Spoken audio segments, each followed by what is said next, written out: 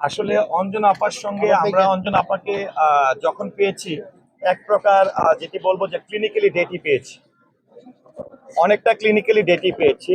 সেই জায়গায় আমাদের সঙ্গে আসলে অঞ্জনা আপুর কথা বলার কোনো সুযোগ হয়নি। ওনার আক্ষেপ, ওনার স্বপ্ন, হ্যাঁ এই বিষয়টি যদি বলি যে আজ থেকে উনি অসুস্থ হওয়ার আগেও যেরকমটা উনি একটা সিনেপ্লেক্স করতে চেয়েছিল, হ্যাঁ, এবং তিনি সবসময় আসলে চলচ্চিত্রকে ভালোবাসতেন। ওনার যে আক্ষেপ, আসলে অঞ্জনা আপার আক্ষেপ চাওয়া পাওয়ার কোনো শেষ ছিল না ওনার।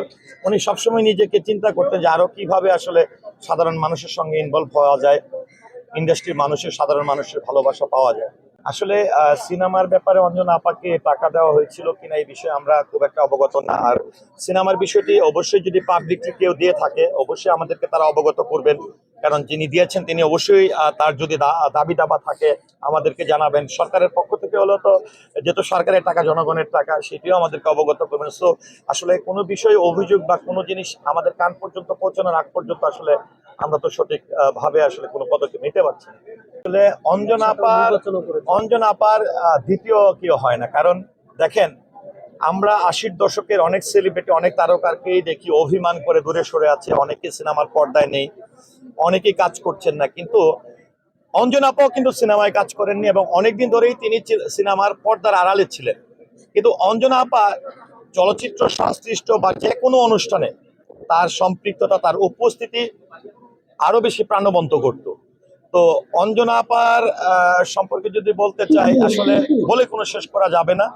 অঞ্জনা আপাই একজন। অঞ্জনা আপাকে চলচ্চিত্র, সারা দেশের মানুষ, চলচ্চিত্রের মানুষ সারা জীবন অনেক মিস করবে। আমার সাথে মানুষের সাথে সম্পর্কের কথা যদি বলতে যাই, অঞ্জনা আপা ছিল একদম একদম বাচ্চাদের ক্যারেক্টার। তিনি এই অভিমান করতেন, এই আবার অভিমান করে কথা বলা বন্ধ করে দিতেন, আবার এসে কথা বলতেন নিজে থেকেই। ওনার অভিমান ভাঙানোর কারো প্রয়োজন হতো না। তিনি সবসময় মানে নিজে থেকেই সবার সঙ্গে মিশার চেষ্টা করতেন।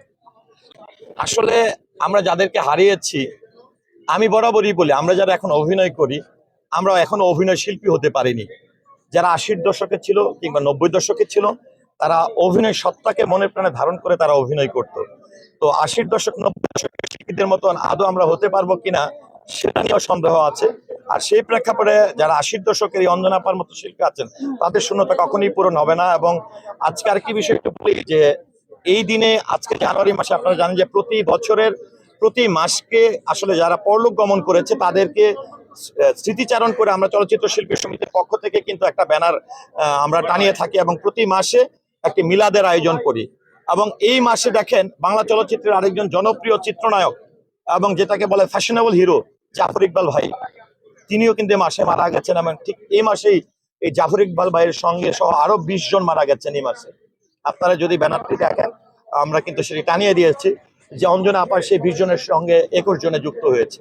আমার সাথে তো স্মৃতি শেষ নেই। আমার সাথে সবচেয়ে বড় স্মৃতি যে একটা মানুষ রাগ করতে পারে, একটা মানুষের নিমিষেই রাগ অভিমান ভেঙে যেতে পারে।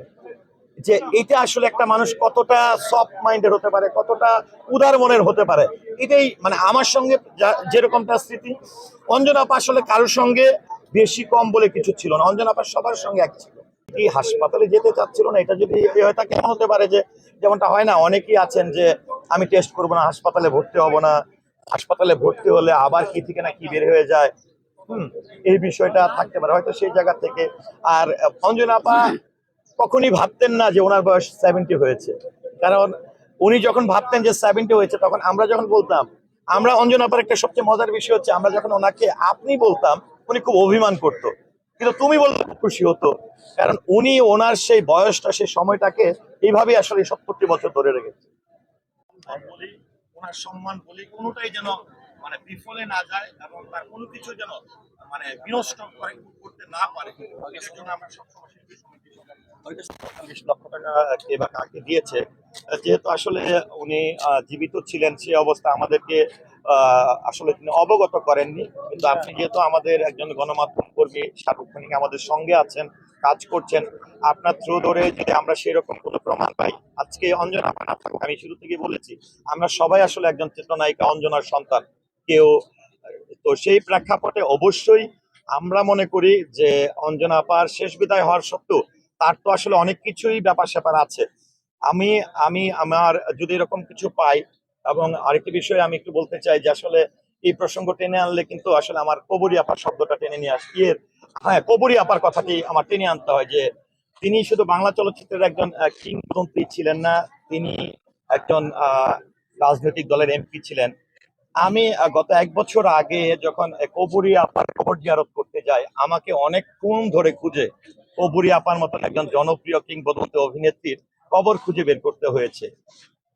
এবং আমি প্রায় হাফ এন আওয়ার আমার খুঁজতে হয়েছে। তখন আমি খুব আক্ষেপ করে বলেছিলাম যে একজন সরকার দলীয়, তৎকালীন সময় আওয়ামী লীগ সরকার ছিল, সরকার দলীয় এমপি, তার কবরের চিহ্ন নেই বা তার কবরটি যেটাকে ফিক্সড কবর বলে বা স্থায়ী কবর বলে সেটা হয়নি। তো সেই প্রেক্ষাপটে অবশ্যই আজকের আপনাদের মাধ্যমে আমরাও চেষ্টা করব যে অঞ্জনা আপাকে যেহেতু বনানী কবরস্থানে সমাহিত করার সেই সৌভাগ্যটি আমাদের হয়েছে, কবরী আপার মতন যেন সেই জিনিসটা না হয়, কবরী আপার পাশাপাশি অঞ্জনা আপার কবরটিও যেন স্থায়ীভাবে করা হয়। কারণ একজন চিত্রনায়িকা কবরী, একজন চিত্রনায়িকা অঞ্জনা চাইলে আর বাংলাদেশে জন্ম হবে না।